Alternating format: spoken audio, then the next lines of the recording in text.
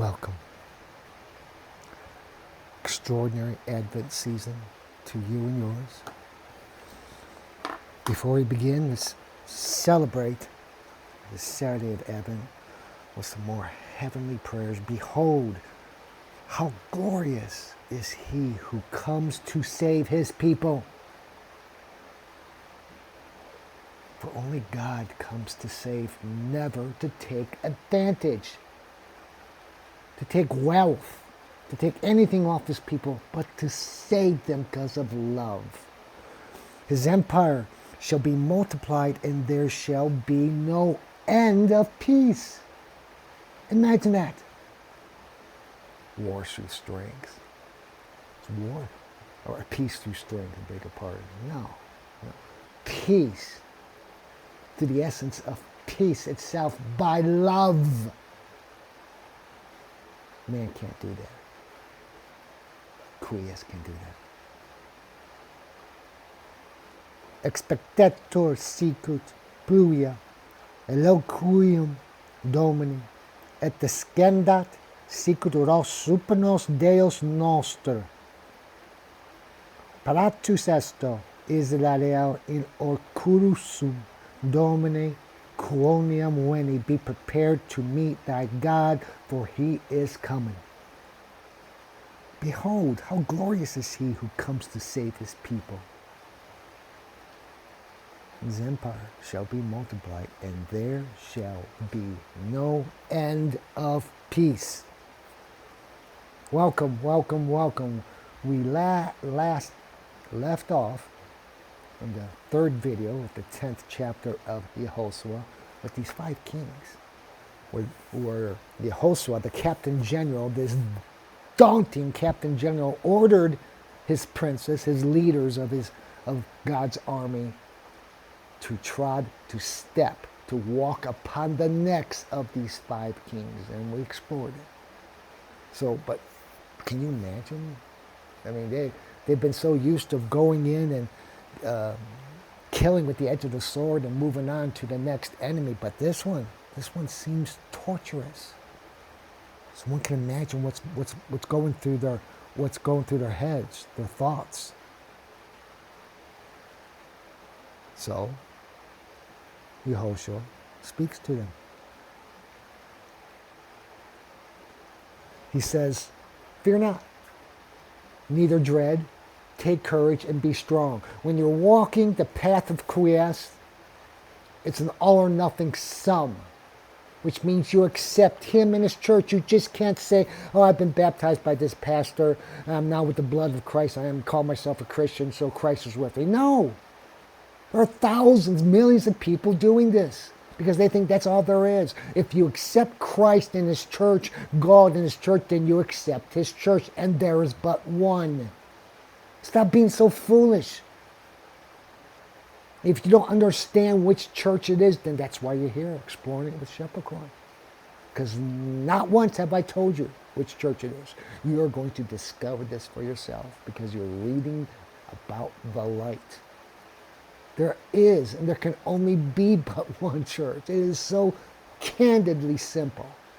But we, being stiff-necked, think we know better because of this opinion, that opinion. These are human opinions.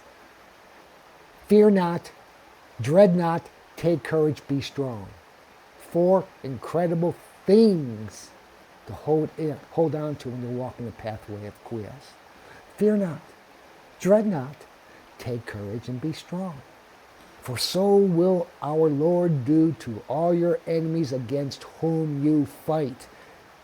In Yehoshua, he strikes these 5 kings, slays them. Then he hangs them upon 5 gibbets.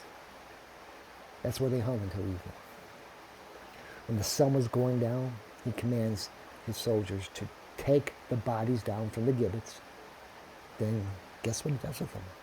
He places them, orders them to be cast into that cave they escaped to, that darkness where they thought they were safe. So there they are going. They're cast into that cave, and then he orders it resealed with great stones, and it remained like that. That same day, Yehoshua, he takes Makkedah, where he's been staying. So now, with these 5 kings buried, takes the whole town, the whole city-state. He struck it with the edge of the sword, killing the king and every inhabitant within it. Don't feel sorry for these sinners, these people. Don't. Because so long Christ allowed them to get away with their pagan rituals of sacrifice of innocuous humans, of children, virgin, girls and boys. Don't feel sorry for them. Don't feel sorry for sin and darkness. As Yehoshua reminds us over and over, he left not even a small relic within Makkedah. And he did to the king of Makkedah just as he had done to the king of Jericho. Makkedah, gone, down, demolished.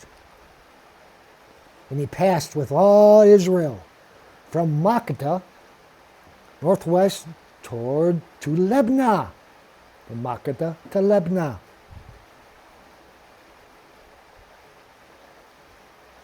He fought against it. And our Lord delivered the king of Libnah to the Israelites. Libnah is now next. They struck the entire city. All the Libnahites struck with the edge of the sword. And all the inhabitants, not one, nothing remained of Libnah. And they did to the king of Libnah just as they had done to the king of Jericho. And exemplar examples repeated over and over.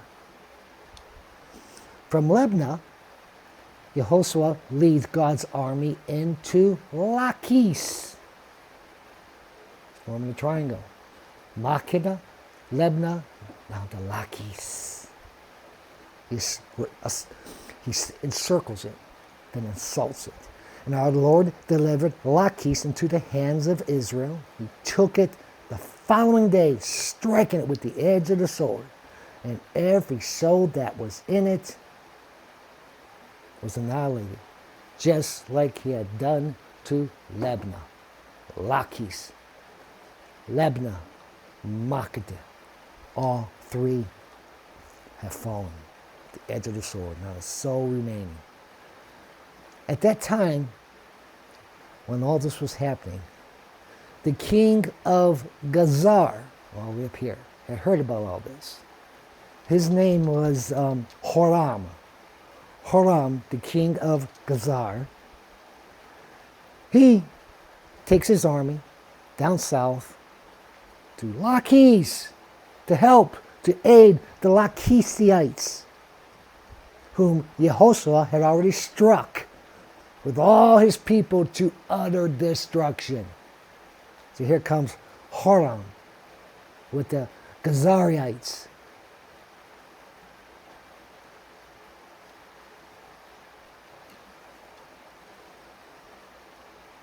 But the Israelites passed from Lachish, as that king's come down, he goes over to Eglon. He surrounds Eglon. And he wins Eglon the same day that he annihilated Lachish, the very same day. War is exhausting. You think sports are? Combat is exhausting mentally, physically, biologically, physiologically. It is exhausting. But this is incredible what God's army is doing. Struck the edge of the sword, all the souls that were in Eglon. He did exactly to Eglon just as they had done to Lachish, just as they had done to Libnah, just as they had done to Makkedah. Then he takes the Israeli army from Eglon up to Hebron, fairly large area, like Jerusalem, very large. Hebron, well known. And he fights against Hebron. He takes Hebron, strikes it in the edge of the sword, as well as the king, and all towns of that country, the entire jurisdiction of Hebron. So all the suburban communities that are part of this large area of Hebron, destroys it all. Everything about Hebron is annihilated, including the suburbs. He left not in it any remains, just as he had done to Eglon. All things that were found in Hebron was consumed with the sword. Do not feel sorry for sin. Do not feel sorry for darkness. Do not feel sorry for evil. Quest knows absolutely much more and much better than you do. And don't assume God's a vengeful God. I heard this being reared. God is a violent God. You have no idea what these leaders, what these people were doing with these pagan sacrifices, the ugliness. How about all those innocuous lives that were lost in Hebron, Makkedah, Eglon, Lachish, Lebna, Gazar, Jericho, Gilgal? What about those innocuous lives? Feel sorry for them. And after Hebron, well, we're going to meet next. We're going to talk about Dabir. Until then, read this for yourselves, children, sisters, brothers. Look over the maps for yourselves. I'm not making any of this up. It's an incredible story here. What Quest is doing for your church, for love of you, so you can return to him. Till next we meet, Pax Vobis.